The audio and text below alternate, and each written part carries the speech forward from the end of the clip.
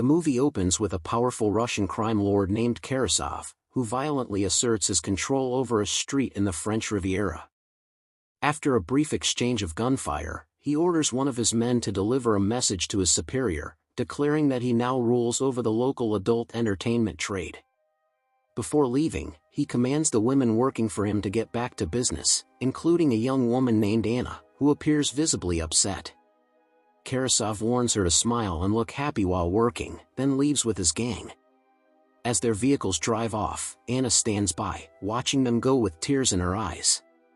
15 years later, Anna has grown into a sophisticated woman, now seen sitting alone in a hotel lobby, seemingly waiting for someone.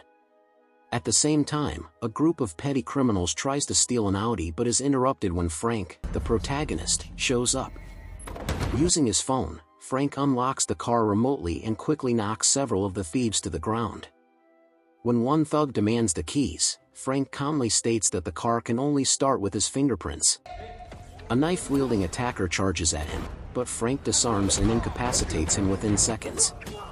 Drawing from his past as a skilled mercenary, Frank effortlessly defeats the entire group before getting into his official vehicle. He then drives off to pick up his father, a retired businessman, who is thrilled to spend more time with his son. Meanwhile, elsewhere, two men invite two women to their hotel suite for a night of pleasure.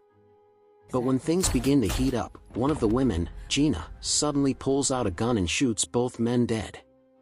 The women stage the room to make it look like the men were involved in a murder-suicide involving another woman's body.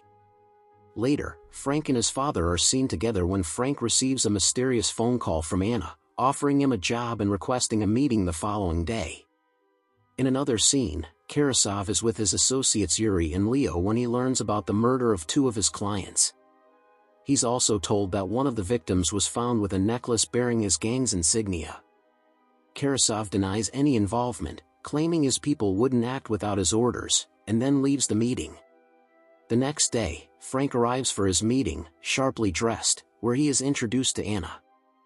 He identifies himself simply as the transporter and refuses to learn her name as per his personal rule of avoiding unnecessary information. Anna presents him with a contract, explaining that she needs his driving services for a time-sensitive delivery.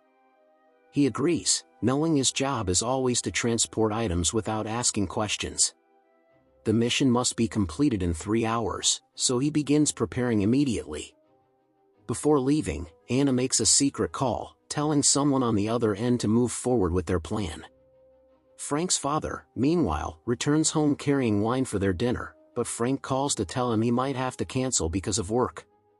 At that moment, one of Anna's accomplices shows up at the father's house, tricks him, and knocks him unconscious before kidnapping him. Exactly 3 hours later, Frank arrives at a bank to pick up the packages. While waiting, he switches the car's license plate and keeps an eye on the time. At 5 p.m. sharp, a glamorous blonde woman exits the bank and approaches his car. It's Anna. She gets in quietly, but Frank becomes suspicious since her packages haven't arrived yet.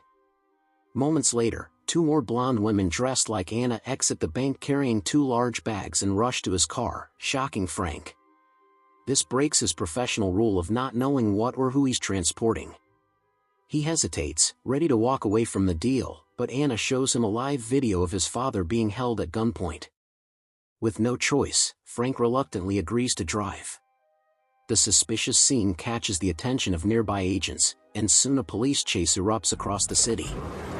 Frank's exceptional driving skills allow him to evade pursuit through narrow streets and high-speed turns.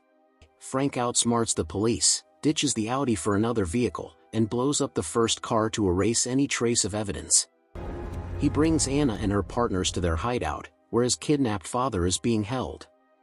After confirming his father is safe, Frank accepts his payment and prepares to leave. However, Anna presents him with another contract, which he refuses, furious over being manipulated. The women then reveal a briefcase filled with a deadly toxin, claiming that they've already poisoned his father's drink and that he will die within 12 hours unless Frank helps them again. When he demands an antidote, Anna calmly tells him that no lab could detect the toxin in time. Trapped, Frank agrees to continue working with them to save his father's life. Meanwhile, Karasov is uneasy after years of wealth and peace. The recent events, especially Gina's mysterious actions, have disrupted his empire. He discovers through surveillance footage that his accountant's safe deposit box was robbed and recognizes the getaway driver as Frank, an old associate. This gives Karasov a solid lead on the culprits. Frank begins working with Anna on the next phase of her plan, stealing from Karasov's partners. Their first target is Leo, a nightclub owner. Disguised as a doctor and a patient, Frank and Anna infiltrate a medical facility to obtain a canister of narofluorax, a potent gas that causes instant unconsciousness. At the same time, one of Anna's accomplices tracks Yuri, who's aboard his private jet. To infiltrate, she seduces and captures the pilot, taking his place in the operation. While Yuri relaxes on his plane, Karasov calls him, warning that something suspicious is going on. Nervous, Yuri tries to check in with his pilot, who, under Anna's control, pretends to be sick and recommends a substitute pilot, Frank's father. Believing the lie, Yuri allows the swap.